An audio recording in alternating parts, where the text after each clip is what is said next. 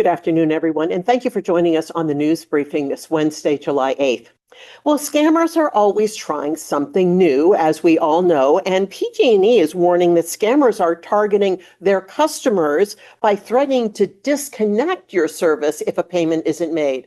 And it's scary enough that there have been dozens of incidents in Monterey County. And so we're very pleased to have Jason King, Operations Communications with PG&E, here to talk about this scam and how we can protect ourselves. Hi, Jason. Thanks for being here.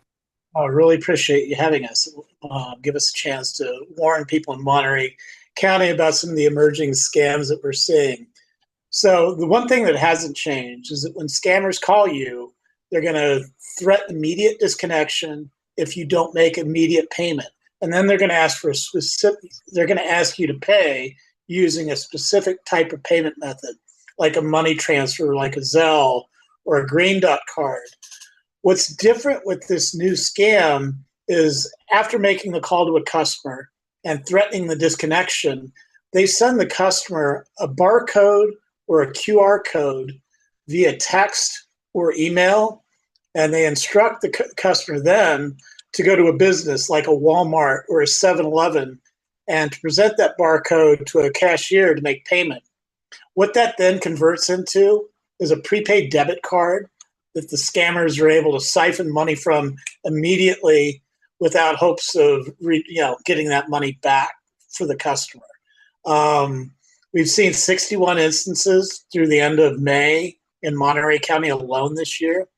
Throughout our service area, our customers have lost over $200,000 this year to scammers. That's why once every quarter we do a campaign to educate customers about the latest scams and what to keep an eye out for to avoid falling victim. What we really need customers to know is, one, PG&E won't call you and threaten immediate payment and threaten immediate disconnection if you don't make immediate payment. If you get a call like that, we want our customers to hang up, and then they can either call our customer service line to confirm their billing details, or they can log into pge.com, my account, and confirm their billing details there. Those are the two best ways to do it. Another thing for customers to keep in mind, PG&E will never ask you to make payment using a specific payment method, like a Green Dot prepaid debit card or Zelle or via a barcode.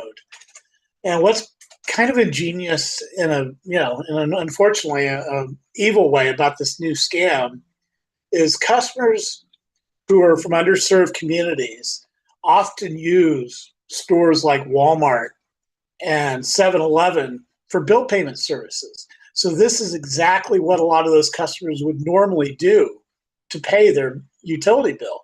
They would go to a 7-Eleven. They would go to a Walmart. They would present a barcode to pay their bill for customers who maybe don't have access to banking services, things of that nature. So that community is especially impacted by this scam, potentially just because it's such a familiar way for them to pay their utility bill. If there's anybody who has questions, that's the main messages we need to get across. If you get a call threatening disconnection, just hang up and then log into your account or call us to confirm your billing details. And two, we will never ask you to make payment using a specific payment method, like a prepaid debit, a barcode, or a money transfer like Zelle or Venmo. Like I said, I'm happy to answer any questions. Really appreciate the opportunity to get the word out to our customers in Monterey County so they can avoid falling victim on these. And thanks for being really thorough about it. And if any of our media partners want to put a question in chat, you're welcome to do so. But I'll start with the questions that I've already got. The scammers are ingenious because they're using a method that is comfortable for some people. But isn't it a red flag that even if you get scared by a call like that, you've never paid a PG&E bill in that way? So at what point you kind of want to, you hope that that moment will kick in, that maybe this doesn't seem right, but they really do prey on, the comfort level of people who are used to a certain type of method of payment, and then the fear of losing their service. Yeah, I mean, what what's going to happen on a typical call like this is the scammer is going to try to create a sense of panic, because if they can speed that customer up and get them not thinking things through and not thinking clearly, that's when they've got their victim. So we just want everybody to remember, get a call like that, just take a deep breath, hang up, because it's likely not us, and you can then verify whether it's us by either calling our customer service line or logging into your account at pge.com. Yeah, and it's one of those things where if it just doesn't feel like right in the moment, that if it really is you, then you wouldn't mind if you said, hey, I'm going to verify my account and call you back. Or if it's you, you're going to call them again. But that way they can take a moment, take a breath, and then double check, oh gosh, I don't owe anything. This doesn't seem right. Yeah, and it's across age groups. We do see underserved communities and seniors maybe falling victim at a slightly higher level, but it's across age groups. And sometimes they just catch they catch a person in the right moment. Somebody's already stressed about something, having a stressful day for whatever reason, and then they get lucky at times. That's why they're so persistent in their calls. The customer might, I know the scam calls I see that come through on my cell phone, they'll keep trying you, even if you hang up. Even if you pick up and say, I know this is a scam, and hang up. They're just going to keep calling to try to catch you at a moment where you might be vulnerable. Jason, thank you so much for walking us through all this. And just a reminder, if it doesn't feel right, if it just doesn't feel right, take a minute and, don't engage, don't get caught. Who knows, maybe somebody has a past due bill. It's just not this way to pay your bill. I appreciate the time. All right. Thank you very much for joining us. And would you remind people where they can get information, how they can access their account? Yes. And anything that they might need if they got a call like this? Yeah. So to log into your account, if you haven't created an online account with us, you can do so at pge.com. And then by visiting the My Account tab on there, you can create recurring payments so that you're never behind.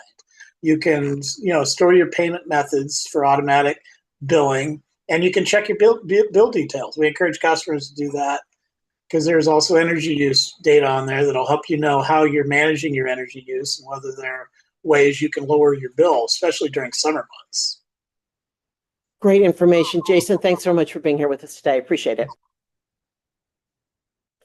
So on to our next topic. The Monterey County Commission on the Status of Women's 2026 Community Survey is now available and online. You can help provide a better understanding of the needs of women in our community. The survey includes a variety of questions about housing, safety, equality, and health, and just how is this information going to help women? Well, we're going to find out about that. We're very pleased to have Adriana Narez-Tapia, who's with our County of Monterey Department of Social Services. And also, I'm thinking we might have Alisa Smith with the commission. I'm not seeing her, but Adriana, I hope you'll start us off. Yes, thank you. Sorry, Alisa couldn't make it. Sorry, so I'll be taking the Spanish. I'll be doing Spanish and English if available for me to do so. I will be doing that. Yes, and I wanted to let people know that we will do the presentation in both English and Spanish because the survey is available in both English and Spanish. Correct. Thank you. And thank you for the invite. It's a pleasure being here. And I want to make this call today to invite all the women who live, who work, or study in the County of Monterey to participate in our 2026 Women's Survey. The purpose of this survey is to hear directly from the women in our community. We want to better understand their needs, the challenges they face, and the opportunities they believe are important to improve their quality of life. Their feedback will definitely help shape future recommendations and efforts to improve the lives of the women throughout the County of Monterey. The recommendations that we emerge or that we receive through the survey will be presented to the Monterey County Board of Supervisors on September 22nd, helping ensure that the voices of the women in our community are reflected on those recommendations. The survey is completely confidential. It takes about 3 to 5 minutes to complete. Available both in English and Spanish. We definitely encourage everyone to share the survey with their family members, with friends, coworkers, and community organizations. the more women who participate, the better we can understand the needs of our community. And basically, thank you. You know, this helps us build a county where every woman has the opportunity to thrive. Thank you. And if the survey is available. We oversee the survey here at the Department of Social Services. So it's you'll find it also if you join in through our the Department of Social Services website. You'll have the Commission on the Status of Women. You'll be able to find more information on the commission as well. And we hold seats. There's 15 members appointed by the Board of Supervisors that hold a seat in the commission.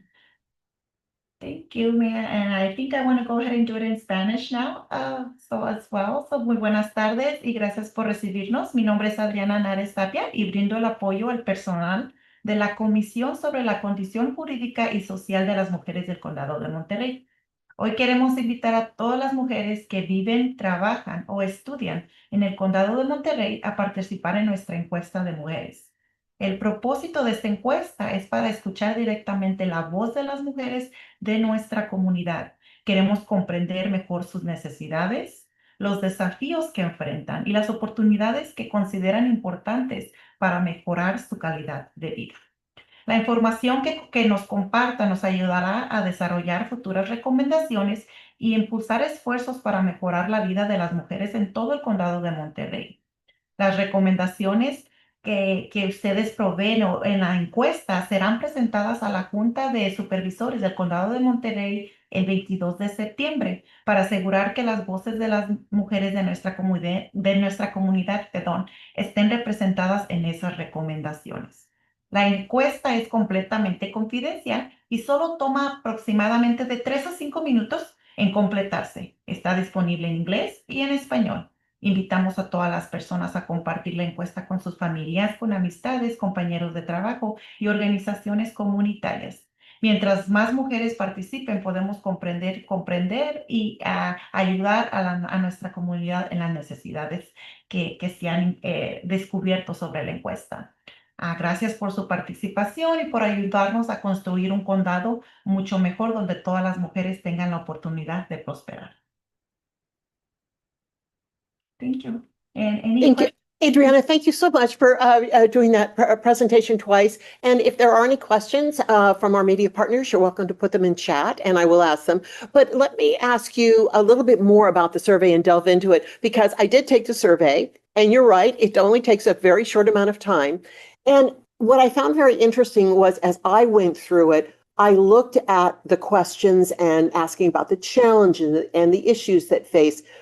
There were many that I faced in the past and many different ones that I'm facing now. And I think it's really really important for women of all age ranges to take this, because something that I'm experiencing now is someone else is not experiencing in their age group. And you've got to hear from everybody to know what is happening out there for women.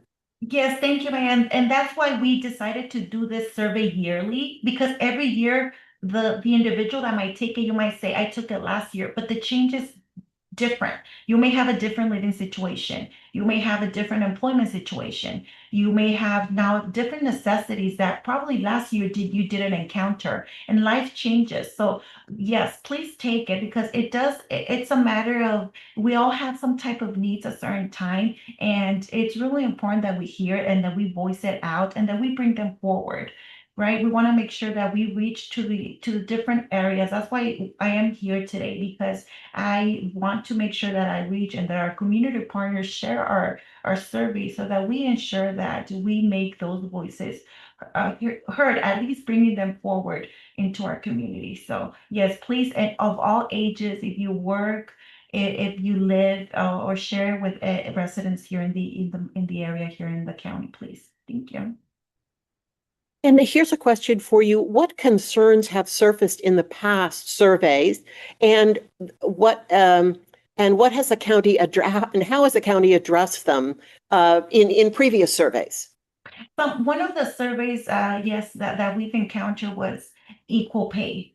How the equal pay was not proportionate throughout the state. However, that made it into where we realized that we're connecting with different agencies to make sure that women, we get equal pay along across the board based on the position, right? Not based on your gender. So we wanted to make sure that we put into those topics, and then we looked into situations like this. Equal pay was one of them. Another one was domestic violence that affected the majority of a lot of the women in our county, and a lot of services were decreasing and our funding was going down, right, for those services. So that allows us to realize that we still sometimes in our county have situations like this, and that their voice matters, and that the woman's voice here in the county do matter. So we've found different things currently right now. As I'm tracking the survey, I could see health insurance being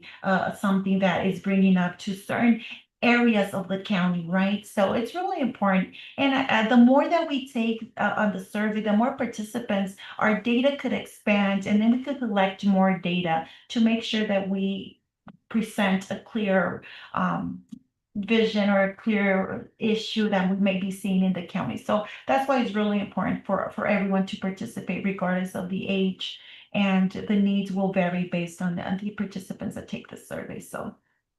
Well, and you brought up something really interesting, which is data. Mhm.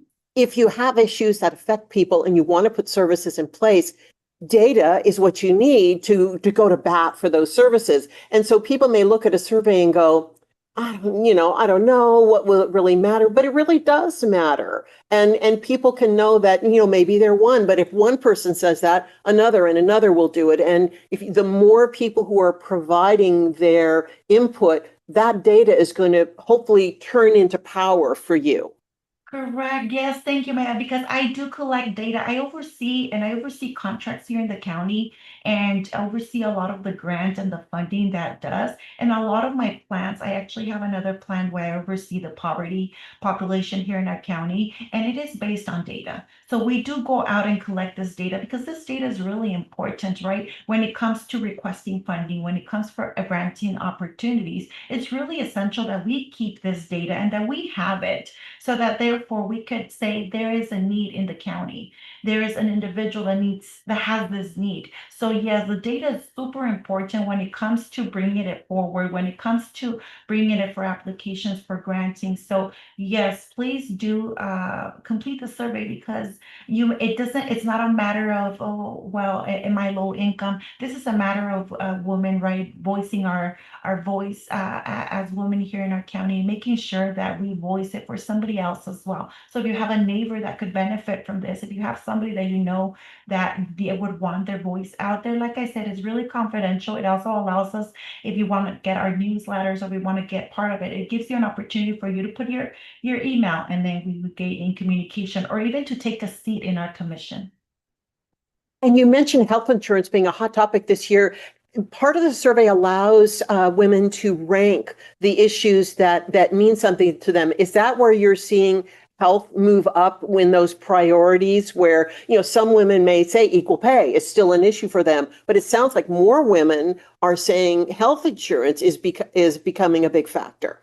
Correct. We see that right now currently on the individuals that have taken the survey. It's been health that's been on the ranking. We have a few ranking items where you rank, and we see health, right? And we'll see it based on, like, for example, it could be based on their location that they live, or that their resources may not be available, or sometimes the age, right? They may need more help, or they may need more assistance. So it brings us a topic to bring and discuss of where can we look and assist the community, especially, like I said, our women. So yes, it will give you an opportunity to rank based on your needs as you're completing the survey. And can you remind us where people can get to the survey and take it? Yeah, so there is a website here. If you go to our website here in our Monterey County, when you go and you just type Commission on the Status of Women, it'll take us to our page here that is housed in our Department of Social Services. Once you click on it, there's going to be a section where it says survey, and there you'll have the links. We do have flyers as well. Feel more happy to share them out, but we do have flyers, and I've been sharing them out with our nonprofit agencies and with our community as well. So the flyer is also available there to download it if you would like to share within your agency or department. And we'll share it too. Adriana, thank you so much for being here. Always appreciate talking with you. Thank you. Pleasure. Thank you. And thanks everyone for joining us on the news briefing this week. Our next briefing